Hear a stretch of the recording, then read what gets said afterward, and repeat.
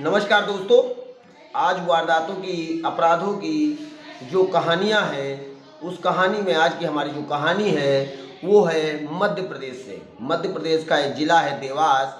देवास में वैसे तो ये कहानी 1 साल पुरानी है, लेकिन इस कहानी में बहुत ज़्यादा टिपिकल मकर जाल है, क्योंकि ये कहानी 7 अगस्त 2022 को एक व्यक्ति जो जिला अस्पताल एक महिला को लेकर पहुंचता है और ये बताता है कि ये बेहोश हो गई है और इसको इलाज की ज़रूरत है। डॉक्टर जब उसको अंदर ले जाते हैं, उसका इलाज शुरू ही करते हैं तो पता चलता है तो मर चुकी है। और डॉक्टर को कुछ आभास होता है कि ये जो बेहोश होने की नौटंकी बता रहा था, आत्महत्या बता रहा था, ये आत्महत्या नहीं है, ये हत्या है। ऐसे में वो डॉक्टर उस व्यक्ति से कहता है कि ये पुलिस केस है और इसको हमें पुलिस को ही सूचना देनी पड़ेगी। व्यक्ति डॉक्टर साहब से रिक्वेस्ट करता है, प्रार्थना करता है कि नहीं, वो मेरी पत्नी है, ये हमारा व्यक्तिगत केस है, आप क्यों इसमें पढ़ना चाहते हैं, आप इसको छोड़ दीजिए, मैं आगे इसका अपना समाधान कर लूँगा। लेकिन डॉक्टर नहीं मानते हैं और तुरंत 112 पर पुलिस को सूचना दी जाती है। सूचना के उपरांत, जैसा कि डॉक्टर ने फ़ोन किया था और जिला अस्पताल का मामला था, घटनास्थल पर पुलिस पहुंचती है और पहुंचने के बाद शव का पोस्टमार्टम कराया जाता है। पोस्टमार्टम की जो रिपोर्ट आती है उसमें उस महिला की हत्या होने की पुष्टि होती है, क्योंकि हत्या हुई थी, गला दबाकर हत्या हुई थी, गले पर रुपट्टे से गला कसने के निशान भी थे, जैसा पहले से ही प्रतीत हो रहा था। लेकिन पोस्टमार्टम रिपोर्ट आने के बाद यह तथ्य पूर्णतया सही साबित हो जाते हैं। ऐसे में जब पूछा जाता है कि ये महिला कौन है उस व्यक्ति से, तो बताता है ये मेरी पत्नी है, रानी मालवी, और ये इसके पिता का नाम है श्री हरि सिंह मालवी। ये गांव बरछापुर, थाना जावर, जिला सीहोर की रहने वाली है और मैंने अभी से 4-5 महीने पहले शादी की थी। पहले वो ये बताता है कि ये मुझसे गुस्सा कर इसने आत्महत्या कर ली है वो है। लेकिन पुलिस जब सख्ती से पूछताछ करती है तो वो टूट जाता है और टूटने के बाद जो तथ्य सामने आते हैं वो आपको भी झकझोर देंगे, हिला देंगे। जो ये व्यक्ति था, इसका नाम था नरसिंह दास परमार्थी।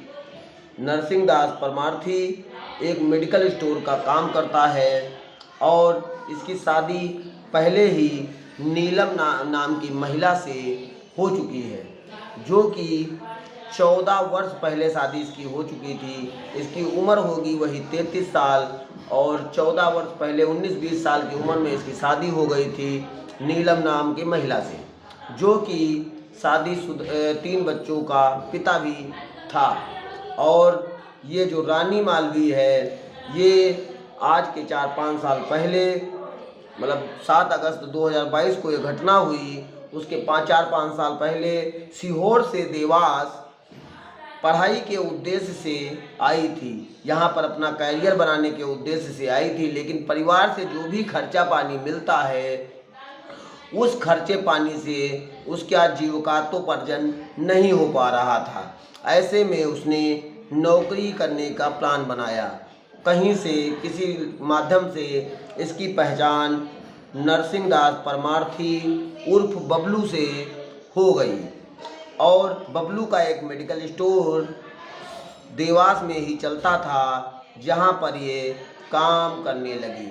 धीरे धीरे इसकी नज़दीकियां बढ़ गईं, लेकिन नज़दीकियां प्रेम प्रसंग में तब्दील हो गईं।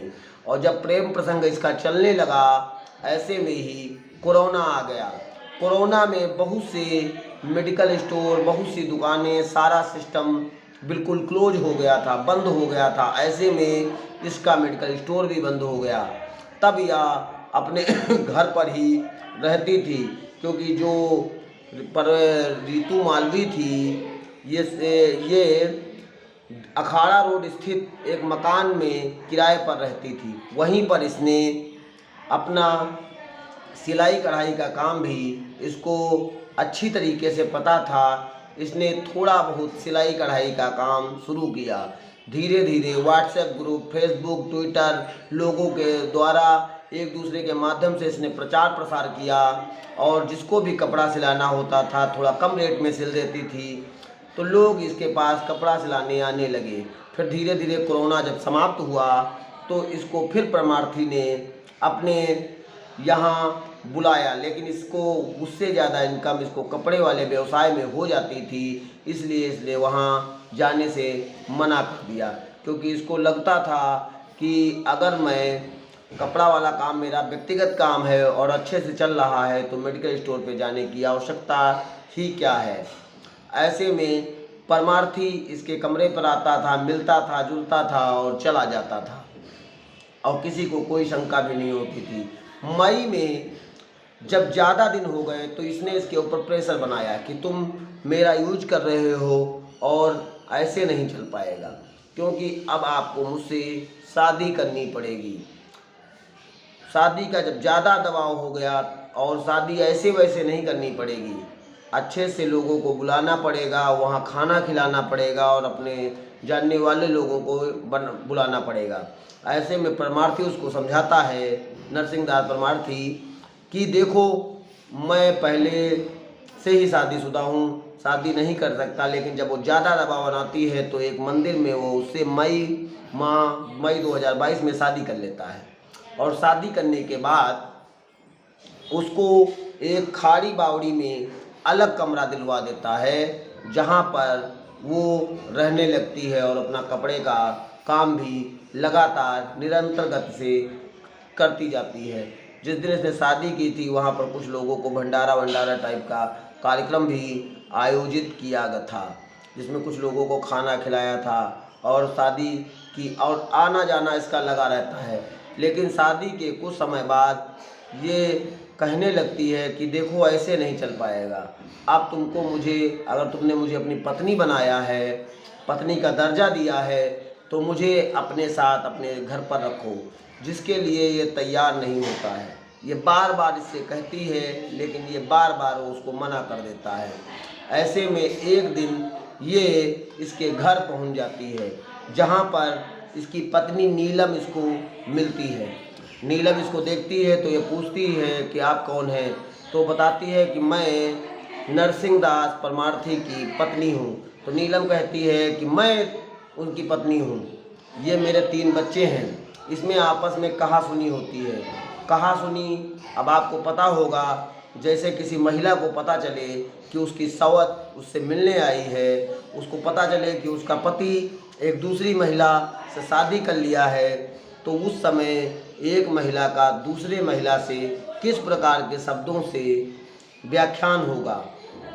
क्योंकि मैं आपको बता दूं, एक दूसरे से बहुत गाली गलौज होता है, एक बहुत कहासुनी होती है, अशब्द भाषाओं का उपयोग होता है, लेकिन उस भाषा को हम यहाँ पर आपके समक्ष प्रस्तुत नहीं कर सकते। फिर परमार्थी को बुलाया जाता है। परमार्थी अपनी गलती के लिए प्रायश्चित करता है, अपनी पत्नी को समझाता है, लेकिन उसकी पत्नी भी बहुत ज़्यादा गुस्से में थी। उसको नहीं पता था कि उसका पति उसके पीठ पीछे इस प्रकार के गलत कार्य करता है, वो उसको धोखा दे रहा है। लेकिन वो अपनी पत्नी को समझाता है कि मुझसे गलती हो गई, वे मेरे साथ काम करती थी, मेरे यहाँ मेडिकल रिसेप्शनिस्ट थी, मेडिकल सप्लायर थी, मेडिकल की सप्लाई का काम करती थी, दुकान पर काम करती थी। पता नहीं कब मेरी इसकी नज़दीकियाँ बढ़ गई, क्योंकि मेडिकल स्टोर पर हमेशा तो भीड़ नहीं रहती है, कभी कभी खाली भी होता है। उसमें मौका पाकर हमारे इसके संबंध भी बने। उन संबंधों की वजह से मेरी इसकी नज़दीकियाँ प्रेम बढ़ता चला गया और फिर इसने मेरे ऊपर मानसिक रूप से दबाव बनाकर मुझसे शादी कर ली है। लेकिन मैं पत्नी का दर्जा हमेशा तुमको ही दूंगा, तुम ही मेरी पत्नी हो, मुझसे बहुत गलती हुई। जब उसने बहुत समझाया तो उसकी पत्नी कुछ नॉर्मल हुई, लेकिन ये उस दिन से बहुत ज़्यादा परेशान रहने लगा। इतना ज़्यादा परेशान रहता था कि मेडिकल स्टोर में भी मन नहीं लगता था। लेकिन इस कहानी में एक ट्विस्ट और भी है। इसकी आज से 7-8 साल पहले की एक प्रेमिका थी जिससे भी ये चोरी छिपे मिलता था, जिसका नाम था रितु गौड़। ये भी शादीशुदा थी, इसके भी एक 7 साल की बच्ची थी और ये एक शहर की प्रतिष्ठित ज्वेलरी शॉप पर काम करती थी। उसी ज्वेलरी शॉप पर नरसिंह अपनी पत्नी नीलम को लेकर कभी कभी ज्वेलरी के आइटम्स लेने जाया करता था और कभी ये इसके घर भी जाती थी। और नरसिंह का रितु गौड़ से प्रेम प्रसंग था, लेकिन इसकी पत्नी नीलम को इस विषय में बहुत ज़्यादा जानकारी ना थी और ये चोरी छुपे नीलम से भी मिलता था। बाद में इसका संपर्क रितु मालवी से भी हो गया। रितु मालवी से इसको शादी करनी पड़ी, लेकिन जो रितु गौड़ से था उसमें इसका जो संबंध था वो भी जानती थी कि ये शादीशुदा है, नीलम इसकी पत्नी है।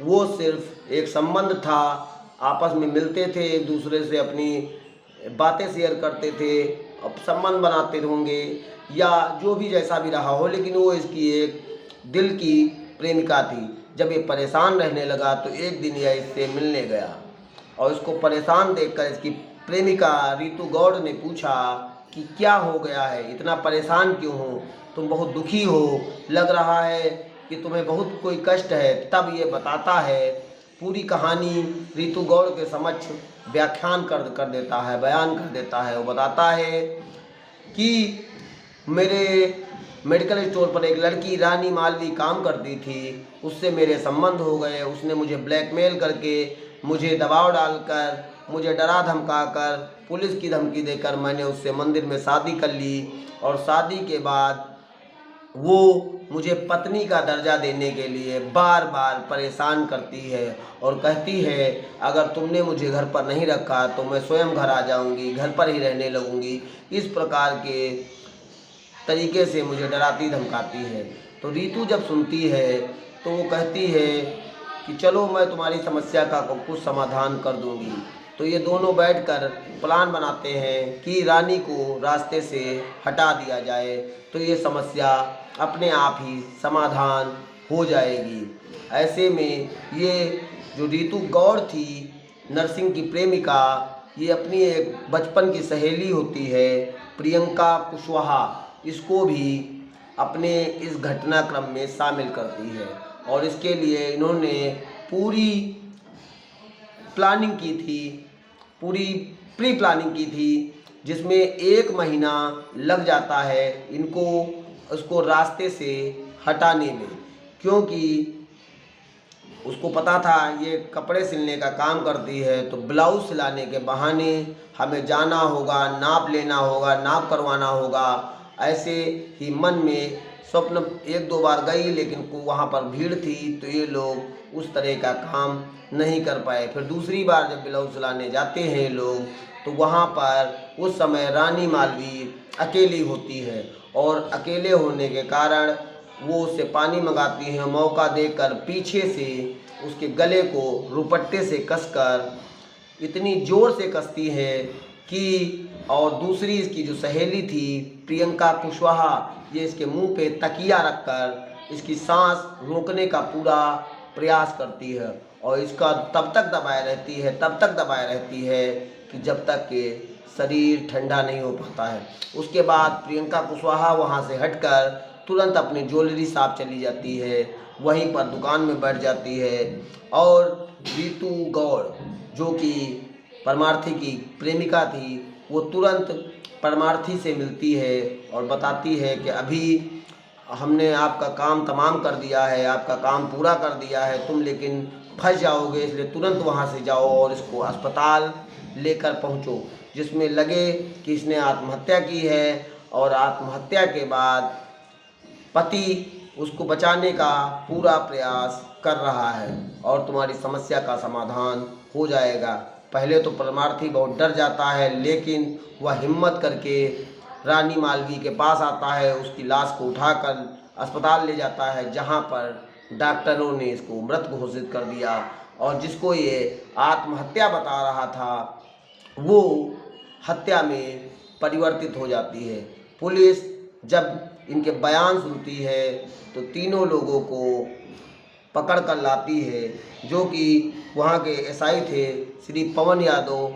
उनकी तत्परता, लगनशीलता और केस की तफ्तीश के आधार पर केस बहुत जल्दी ही पर्दाफाश हो जाता है और हो जाने के बाद इन तीनों को भारतीय दंड संहिता की धाराओं के अंतर्गत मुकदमा पंजीकृत करते हुए जेल भेज दिया जाता है और जो रुपट्टा मृतका को मारने में प्रयोग किया गया था उसको भी बरामद कर लिया जाता है और वो तकिया भी बरामद की जाती है और वहाँ पर घटना स्थल का उस समय का मोबाइल लोकेशन भी निकाला जाता है कि ये लोग आए थे।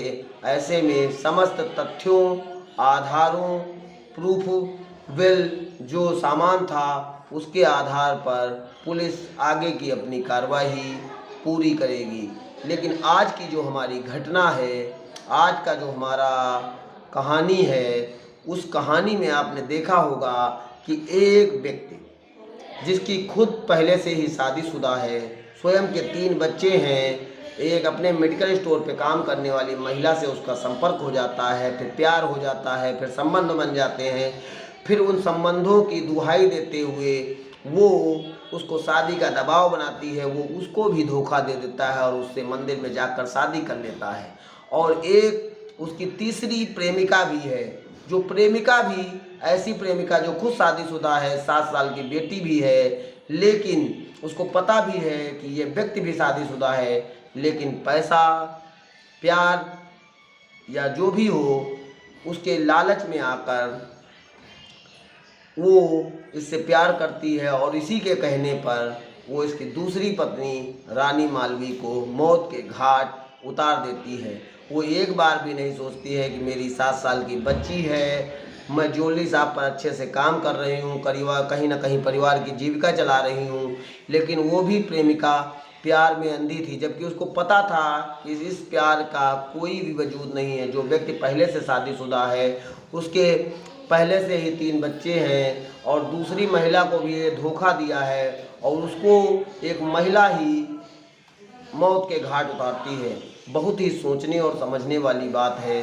और उस महिला को परिवार वाले जब वहाँ आते हैं, जो मारी गई थी, जो मृतका थी, उसके परिवार वाले जब सीहोर से देवास आते हैं तो उनको तो यहाँ तक भी नहीं पता था कि हमारी बिटिया किसके साथ यहाँ रहती है और उसने शादी भी कर ली है और उसके साथ इतनी निर्मम तरीके से उसकी हत्या कर दी गई। क्योंकि वो बताते हैं जब भी हमारी रानी से बात होती थी तो वो सिर्फ पढ़ाई की ही बात करती थी और ये कहती थी पापा मेरा कोर्स जल्दी ही पूरा हो जाएगा, तो मैं कोर्स पूरा करने के पश्चात जल्दी ही घर आऊँगी और फिर आगे कोई बिजनेस किया जाएगा। लेकिन वो बहुत ही महत्वाकांक्षी महिला थी, यहाँ पढ़ाई के उद्देश्य से आई थी और पैसा कमाने के उद्देश्य से मेडिकल स्टोर पर नौकरी किया। मेडिकल स्टोर का जब कोरोना में बंद हो गया तो वो अपना कपड़े का काम शुरू कर दिया और कहीं ना कहीं अपने आत्मनिर्भर भी थी और जब कोई आवश्यकता होती थी तो परमार्थी भी उसकी मदद कर दिया करता था। इसी सहयोग के कारण ये दोनों की नज़दीकियाँ बढ़ी और इसे पहले पता नहीं था कि ये शादीशुदा है। फिर धीरे धीरे जब ये शादी कर लेता है, जब इसको पता चलता है तो ये शादी उसके साथ रहने का दबाव बनाती है। जाहिर सी बात है, कोई भी अगर शादी करेगा तो पत्नी का हक पाने के लिए प्रयास करेगा, जैसा भी उसने किया। लेकिन ये प्रयास, ये हक मांगना उसके लिए संशय बन जाता है, उसकी मौत का कारण बन जाता है। आप सभी लोग इतने ज़्यादा अतरंग संबंधों से बचें, इस प्रकार की वारदातों से बचें, इस प्रकार की घटनाओं से बचें, इस प्रकार के कृत्यों से बचें। आपके ऊपर कभी भी इस तरह की कोई भी घटना, कोई भी कृत्य, कोई भी वारदात आपको प्रभावित ना करे। आप सभी लोग सुरक्षित रहें, सतर्क रहें, जागरूक रहें और दूसरों को भी जागरूक करते रहें। इसी भावना के साथ इस कहानी की घटना को आज मैं यहीं पर विराम देता हूँ। जय हिंद, जय भारत। और अगर आपको ये कहानी अच्छी लगी हो तो प्लीज़ मेरे चैनल को लाइक करें, शेयर करें, कमेंट करें एंड सब्सक्राइब करें। मैं आपका दोस्त प्रदीप त्रिवेदी आपका विशेष तहे दिल से हार्दिक आभार व्यक्त करता हूँ। धन्यवाद।